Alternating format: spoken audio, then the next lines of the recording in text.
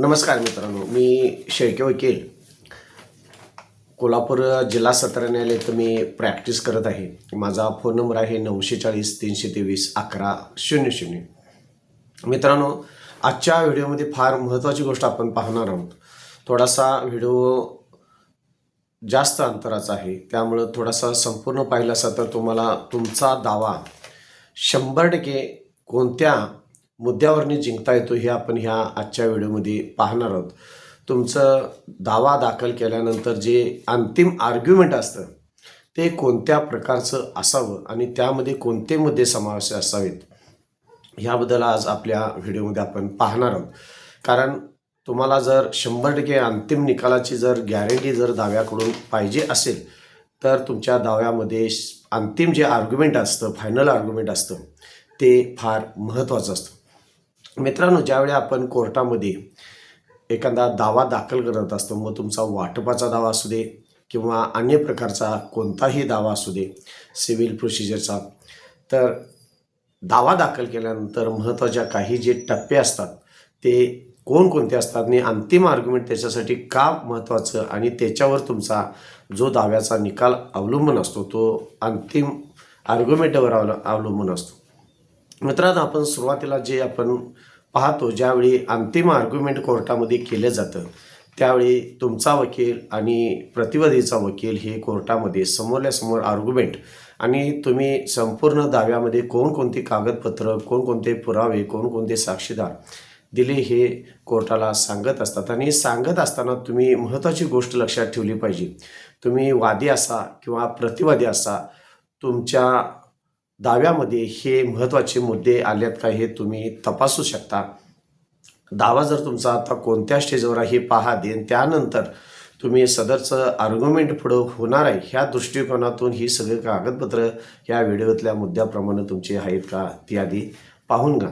मित्रांनो, ज्यावेळी तुमचं फायनल आर्ग्युमेंटला काम जात असतं त्यावेळी महत्त्वाची गोष्ट त्यामध्ये तुमच्या वकिलांनी स्वतः महत्त्वाची गोष्ट म्हणजे जो तुम्ही कोर्टामध्ये दावा दाखल केलेला आहे, म्हणजेच त्याला प्लेंट म्हटलं जातं, तो दावा संपूर्ण कोर्टांना समजावून सांगितला पाहिजे. मित्रांनो, त्यामध्ये तुम्ही दावा दाखल करत असताना महत्त्वाची गोष्ट म्हणजे तुम्ही दावा दाखल करत असताना सुरुवातीला वादी कोण, प्रतिवादी कोण, यांचं नातं कोणकोणतं आहे आणि कशासाठी दावा दाखल केला त्याचं कॉज ऑफ ॲक्शन हे सांगणं फार गरजेचं आहे. त्याचबरोबर वादी आणि प्रतिवादी यांचं रिलेशन काय निर्माण झालेलं असतं आणि कशासाठी दावा दाखल केला असतं हे मुद्दे सांगणे गरजेचं आहे. त्याचबरोबर दाव्यामधली जी मिळकत आहे ती मिळकतीचं संपूर्ण इत्थंभूत वर्णन करणं फार महत्त्वाचं आहे.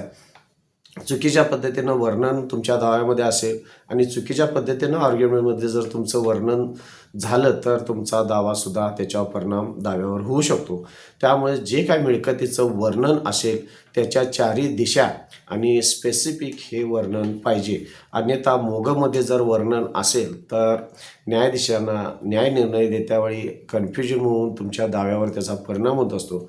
त्यामुळं मिळकतीचं जे वर्णन आहे ते प्रॉपर सांगणं गरजेचं आहे. त्यानंतर जी कलमं असतात, कथनी असतात, कथन किंवा कलम, ते सांगणं जास्तीत जास्त महत्त्वाचं आणि गरजेचं असतं.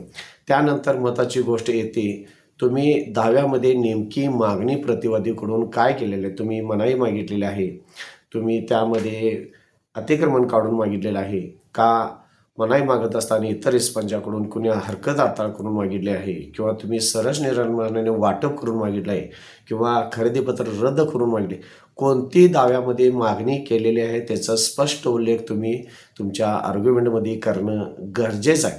आर्ग्युमेंट किंवा तुमचे वकील करत असताना ह्या गोष्टी पक्षकारांनी लक्षात ठेवणं फार महत्त्वाचं आहे. ज्यावेळी आर्ग्युमेंट करत असताना प्रतिवादी जे असतात, प्रतिवादींनी कैफियत म्हणजे त्यांचं म्हणणं दिलेलं असतं. त्या म्हणण्यामध्ये महत्त्वाच्या गोष्टी म्हणजे तुमचा जो दावा आहे त्या दाव्याला त्यांनी प्रतिवादीनं कोणकोणत्या गोष्टी नाकारलेल्या आहेत, कोणकोणत्या गोष्टी स्वीकारलेल्या आहेत ह्याचं संपूर्ण विश्लेषण तुमच्या दावा झाल्यानंतर दाव्याची जी काय मांडणी असेल ती तुमच्या वकिलांनी कोर्टासमोर केली पाहिजे.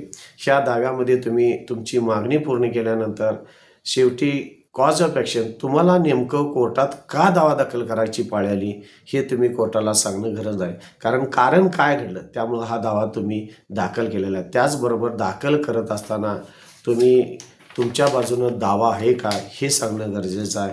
दावा जर तुमच्या बाजूनं नाही झाला तर कोणकोणता लॉस होऊ शकतो हे निशाणी 5मध्ये येत असतं, ते सुद्धा तुम्ही आर्ग्युमेंट करणं गरजेचं आहे. काही वेळा निशाण 5 आणि दावा एकदमच चालत असतो, काही वेळा निशाण 5 सेपरेट चाललं जातं. त्यासाठी माझा एक सेपरेट व्हिडिओ आहे, तरीसुद्धा मी सांगत आहे ते फक्त मेन दाव्याचं सांगत आहे. कैफियत आल्यानंतर त्यामध्ये महत्त्वाची गोष्ट म्हणजे त्यांच्या कैफियतमधले जे काही मुद्दे तुम्हाला साबित करावायचे असतात ते सुद्धा तुमच्या प्लेनमध्ये कोणकोणते मुद्दे आलेत हे कोर्टाला सांगणं गरजेचं आहे. त्याचबरोबर प्रायमरी फेशी केस तुमच्याकडे हे सांगणं गरजेचं आहे. तुमच्या बाजूने निकाल लागतो किंवा तुमच्या बाजूनं प्रायमरी फेशी केस कशी आहे आणि ही केस जर तुमच्या बाजूनं न झाले तर कोणकोणते तुम्हाला नुकसान भविष्यामध्ये होणार आहेत किंवा तुमच्या दाव्यामध्ये कोणकोणती गुंतागुंत पुढं आणि दावा वाढण्याची शक्यता आहे हे सुद्धा कोर्टाला सांगणं गरजेचं आहे. त्यानंतर महत्त्वाची असते ती कैफियत, प्रतिवादीने दिलेली कैफियत आहे. त्या कैफियतमध्ये कोणकोणते कोर्टानं मुद्दे काढलेले. आता विषय महत्त्वाचा असतो की तुम्ही दावा दाखल केल्यानंतर प्रतिवादीला समन्स दिल्यानंतर प्रतिवादी कैफियत देत असतात, म्हणणं देत असतात आणि म्हणणं तुमचा दावा जे काय दावा अर्ज असेल आणि कैफियत असेल ह्यांचा कोर्ट काय करतं दोन्हींचं अभ्यास करून मुद्दे काढतात की नेमकं मुद्दे काढल्यानंतर त्या मुद्द्यानुसार वादीवर जबाबदारी असते की ते मुद्दे सिद्ध करण्याची किंवा प्रतिवादीवर काही जबाबदारी टाकलेली असते की ते मुद्दे सिद्ध करण्याचं, ह्याला इश्यू म्हटलं जातं. तर ह्या इश्यूवर हे मुद्दे 4, 5, 7 एकपासून कितीही मुद्दे काढू शकतात आणि ते मुद्दे साबित करण्याची जबाबदारी जास्तीत जास्त वादीवर असते. पण काही मुद्दे असे असतात की ते प्रतिवादीनं सुद्धा सिद्ध करायचे असतात आणि त्यानंतर जे काही मुद्दे निघाले ते मुद्दे तुमच्या आर्ग्युमेंटमध्ये तुम्ही चांगल्या पद्धतीनं मांडणं गरजेचं आहे. आता हे मुद्दे निघत असताना त्यानंतर वादीव जबाबदारी असते की जे काही मुद्दे असतात त्यांना जे काय असतील पुरावे हजर करणं गरजेचं आहे. तुमच्या आर्ग्युमेंटमध्ये जे मुद्दे आहेत त्याच्यावर कोणकोणते पुरावे तुम्ही वादीने हजर केलेत हे कोर्टाला सांगणं गरजेचं आहे. त्यामध्ये कैफियतमध्ये कोणकोणते त्यांनी मुद्दे मांडलेले आहेत ते मुद्दे तुम्ही खोडून काढले पाहिजेत. त्याचबरोबर प्रतिवादीनं कोणकोणते पुरावे हजर केलेले आहेत, कोणकोणते साक्षीदार हजर केलेले आहेत, वादीनं कोणकोणते साक्षीदार हजर केलेत हे संपूर्ण याचा उहापोह कोर्टासमोर होणे गरजेचं आहे. आणि त्यानंतर मुद्द्यावरनं हे जे काही आर्ग्युमेंट केलं जातं त्यावर मग तुमचे साक्षीदार असतील, परत पुरावे असतील, ह्याच्यावरून तुमचं आर्ग्युमेंट होत असतं मित्रांनो.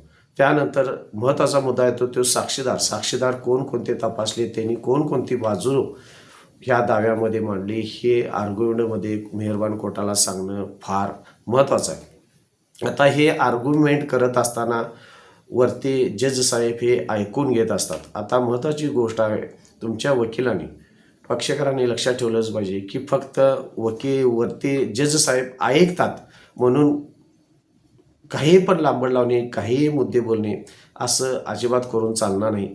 जे काय महत्त्वाच्या गोष्टी आहेत, आता ह्यामध्ये 2 महत्त्वाच्या गोष्टी असतात आर्ग्युमेंट करत असताना मित्रांनो. ह्यामध्ये फॅक्ट काय, तुमची घटना काय, ती घटना व्यवस्थित मुद्देसुद्धा सांगणं फार गरजेचं आहे. आणि त्यानंतर प्रतिवादी यांचेसुद्धा ज्या काही घटना आहेत त्या घटनेप्रमाणे आपली घटना काय आहे, आपला मुद्दा काय मांडलेला आहे आणि ते मुद्दा त्यांनी चुकीचा कसा ठरवण्याचा प्रयत्न केला आणि आपला मुद्दा कोर्टामध्ये खरोखर कसा बरोबर आहे हे मांडणं गरजेचं आहे. कोणताही मुद्दा मांडत असताना तुमचा ते मुद्दा, पुरावे, साक्षीदार आणि त्याच्याशी रिलेटेड जी काही डॉक्युमेंट तुम्ही हजर केलेले आहेत किंवा साक्षीदार हजर केले आहेत ते कशा पद्धतीनं हजर आपण केलेत आणि जो मांडलेत आम्ही बाजू ती कशी खरी आहे हे कोर्टाला सांगणं तुमच्या वकिलाची फार मोठी जबाबदारी आहे. ज्यावेळी तुम्ही आर्ग्युमेंट करत असता त्यावेळी 2 घटना महत्त्वाच्या आहे, फॅक्ट आणि लॉ. फॅक्ट म्हणजे काय, जी काही घटना घडलेली आहे ते तुम्ही सांगणं गरजेचं आहे. उगाच फापड पसारा कोर्ट ऐकते म्हणून काय पण बोलणं त्यात काय इंटरेस्ट नाही. तुम्ही केस ह्याचा तुमच्या केससुद्धा परिणाम होऊ शकतो. तुम्ही मुद्देसूद घटना सांगितली पाहिजे आणि त्याला जे काही कायदे लागू होतात त्या घटनेला, त्या पुराव्याला, त्या साक्षीदाराला त्या कायदा तुम्ही कोर्टाला सांगणं गरजेचं आहे. थोडक्यात sweet but small but sweet ह्या पद्धतीनं थोडक्यात सांगा, पण ते मुद्देसूद पॉईंटबाज आणि कायद्याला धरून असलं पाहिजे आणि कायदा त्यामध्ये समावेश असला पाहिजे. आता ह्यामध्ये तुम्ही कायदा आणि घटना ह्यांचा संगम कसा करायचा आपण मित्रांनो पाहूया. पहिले जे काही तुम्ही मुद्दे मांडलेले असतात ते मुद्दे तुम्ही व्यवस्थित मांडले पाहिजे आणि त्या मुद्द्याला जे काही लागणार आहे ते पुरावे, प्रत्येक मुद्द्याला कोणता पुरावा जोडला तुम्ही, कोणते साक्षीदार जोडले तुम्ही आणि तो मुद्दा तुमचा कशा पद्धतीनं जर तुमच्या जबाबदार असेल तो मुद्दा खोडून काढायचा किंवा तो सिद्ध करण्याचा, तो मुद्दा तुमचा सिद्ध झालाच पाहिजे. हे इश्यू फार महत्त्वाचे असतात दिवाणी दाव्यामध्ये. त्या पद्धतीनं ते मुद्दे महत्त्वाचे असतात. त्यानंतर त्याचा जो काही पुरावा देणार ते पुरावासुद्धा फार महत्त्वाचा असतात. त्यानंतर येतात साक्षीदार. मुद्दे काढल्यानंतर तुम्ही पुरावा दिल्यानंतर त्याला सपोर्टेड म्हणून तुम्ही साक्षीदार कोर्टामध्ये हजर करणं गरजेचं आहे आणि सगळ्या साक्षी तुमच्या बाजूनं कशा पद्धतीनं झालं हे सुद्धा तुम्ही त्यामध्ये सिद्ध करणं गरजेचं आहे. महत्त्वाची गोष्ट आहे म्हणजे शेवटचा मुद्दा जो येतो, काय होतं, वादीने जशी बाजू आपली मांडलेली असते आर्ग्युमेंटमध्ये, तसा प्रतिवादीचा वकील प्रतिवादीसुद्धा आपली बाजू कोर्टामध्ये स्ट्रॉंगपणे भक्कमपणे मांडत असतो. तिथं एक प्रकारचं युद्ध असतं. जसं एका बाजूचं सैनिक असतात तसं दुसऱ्या बाजूचं सैनिक असतात, तसं कोर्टामध्ये सुद्धा वादी अनेक असतात, प्रतिवादी अनेक असतात. वादी आणि प्रतिवादीमध्ये जे काय शेवटचं आर्ग्युमेंट म्हणजेच युद्धाचा प्रकार आहे, ह्यामध्ये जसं वादीची पूर्ण तयारी झालेली आहे तशी प्रतिवादीसुद्धा पूर्ण तयारी होत असते आणि ह्यामध्ये कोर्ट न्यायाधीशसुद्धा कन्फ्युजनमध्ये येत असतात की नेमकं आर्ग्युमेंट कुणाचं योग्य घटनेत बसलेलं आहे आणि परत कायद्यात बसलेलं आहे. तसंच जसं वादीचा विचार केला जातो तसाच प्रतिवादीचा सुद्धा घटना आणि कायदा काय याचा विचार केला जातो आणि त्यानंतर न्याय निर्णय देण्याचा प्रयत्न केला जातो. त्यासाठी शेवटचा फार महत्त्वाचा मुद्दा आहे, तुमच्यासारखी जी काय घटना घडलेली असेल, कायदे लागू झालेले असेल, अशा पद्धतीनं जो तुम्ही दावा दाखल केला तुमच्या पद्धतीनं तुमच्या दाव्याला समान असणारा एखादं सायटेशन म्हणजेच सुप्रीम कोर्टाचं असेल किंवा हायकोर्टाचं असेल, त्यामध्ये अशी घटना घडलेली आहे, तुमच्या दाव्यासारखी जर एखादी घटना घडलेली असेल आणि त्यामध्ये कोणते कायदे आणि कोणती घटना घडलेली आहे, हे अशी सायटेशन शोधणं गरजेचं आहे. ते शोधल्यानंतर तुमच्या दाव्यामध्ये न्यायाधीशांचे कन्फ्युजन दूर करण्यासाठी तुमच्या बाजूनं अशा पद्धतीनं सुप्रीम कोर्टानं हायकोर्टानं अशा केसमध्ये असा निकाल दिला आहे, ते सायटेशन शेवटी हजर करणं मित्रांनो गरजेचंच आहे. असं होतं एकदा की चला नाही सायटेशन दिलं, काही वकील सायटेशन देत नाहीत आणि त्याचा परिणाम दाव्यावरच होतो. कारण कन्फ्युजनमध्ये न्यायाधीश जर असतील तर निकाल कुणाकडे दिला हा विषय नंतरचा आहे की चुकीचा दिला बरोबर दिला, मग त्यात अपिलात जावा, परत पुन्हा अपिलमध्ये जावा. त्यापेक्षा आपण दावा दाखल केल्यानंतर सायटेशन एक नसेल 2, 3, 4 जेवढी तुम्हाला सायटेशन देता येतील तेवढी तुम्ही शेवटी सायटेशन देणं मित्रांनो फार गरजेचं आहे. त्या पद्धतीनं जर कोर्टामध्ये तुम्ही अंतिम युक्तिवाद तुमच्या वकिलांनी किंवा काही पक्षीकार स्वतः करत असतात, अशा पद्धतीनं जर मुद्देसुद्धा तुम्ही युक्तिवाद जर केला तर तुम्ही 100% केस जिंकलात म्हणून समजा. मित्रांनो, महत्त्वाचं सुरुवातीपासून आपण महत्त्वाचे मुद्दे बघूया. ज्यावेळी तुम्ही दावा दाखल करता त्याला प्रतिवादीची कैफियत येते, तुमचा दावा आणि प्रतिवादीची कैफियत याच्यावरून मुद्दे काढले जातात आणि ते मुद्दे वादी तरी साबित करत असतात किंवा प्रतिवादीवर थोडी जबाबदारी असते. ह्या दोघांनी त्या मुद्द्यांसाठी जे काय असतील पुरावे, साक्षीदार आणि त्याच्याशी आणि काही जर डॉक्युमेंट्स असतील ते हजर करणं गरजेचं आहे आणि त्यानंतर हे पुरावे साक्षीदार दिल्यानंतर आर्ग्युमेंट होत असतं आणि त्या आर्ग्युमेंटमध्ये घटना आणि कायदा हे फॅक्ट आणि लॉ ह्या दोन्ही धरून तुमचे वकील हे अंतिम आर्ग्युमेंट करत असतात. हे अंतिम आर्ग्युमेंट केल्यानंतर त्यामध्ये जे काही सायटेशन दिल्यानंतर तुमचा शेवटी जजमेंटवर किंवा ऑर्डरवर तुमचा दावा पडत असतो आणि त्यानंतर तुम्हाला निकाल मिळत असतो. 100% ह्या पद्धतीनं तुम्ही किंवा तुमच्या वकिलाने जर अशा पद्धतीनं जर आर्ग्युमेंट केलं आणि काय बोलायचं काय नाही बोलायचं आर्ग्युमेंटला हे फार महत्त्वाचं आहे मित्रांनो. विनाकारण जास्त बडबडणे, विनाकारण काही मुद्दे स्पष्ट न करणे, कमी बोलणे हे सुद्धा धोकादायक होऊ शकतं. विनाकारण जास्तच बोलणे हे सुद्धा धोकादायक होतं. त्यामुळं मुद्दे मांडा, व्यवस्थित घटना, व्यवस्थित कायदा मांडला पाहिजे आणि कोर्टाचं पूर्णपणे समाधान झालं पाहिजे की जेन्युइनली खरी प्रामाणिकपणे ही मेहरबान कोर्टासमोर केस आहे हे तुमच्या आर्ग्युमेंटमधून दिसून आले पाहिजे आणि तुमची बाजू ही प्रामाणिक सत्याची बाजू आहे आणि निकाल हा आपल्या पदरात पडला पाहिजे. अशा पद्धतीनं ज्यावेळी आर्ग्युमेंट कोर्टासमोर होईल त्यावेळी मित्रांनो 100% निकाल हा तुमच्या पदरात पडलेला असेल. माझ्या जर मित्रांनो चॅनलला तुम्ही सबस्क्राईब केलं नसेल तर माझी विनंती आहे, माझ्या चॅनलला सबस्क्राईब करा. तुमच्या सबस्क्राईबमुळे जवळजवळ माझे 8,000 हा व्हिडिओ केला त्यावेळी माझे 8,000 सबस्क्राईब आज पूर्ण होत आहेत आणि याचं संपूर्ण श्रेय तुम्हाला संपूर्ण मित्रांनो.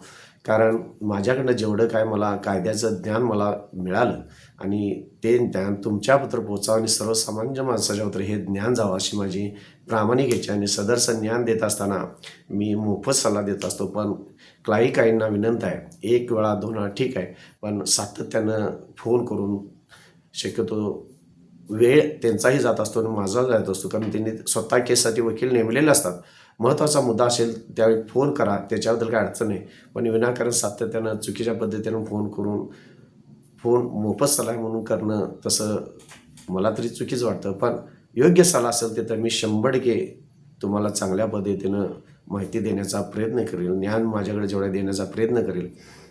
माझ्या चॅनेलला सबस्क्राईब करा, लाईक करा, शेअर करा आणि कृपया तुम्ही फोन करत असताना सकाळी 10 ते 4 ही कोर्टाची टायमिंग असते.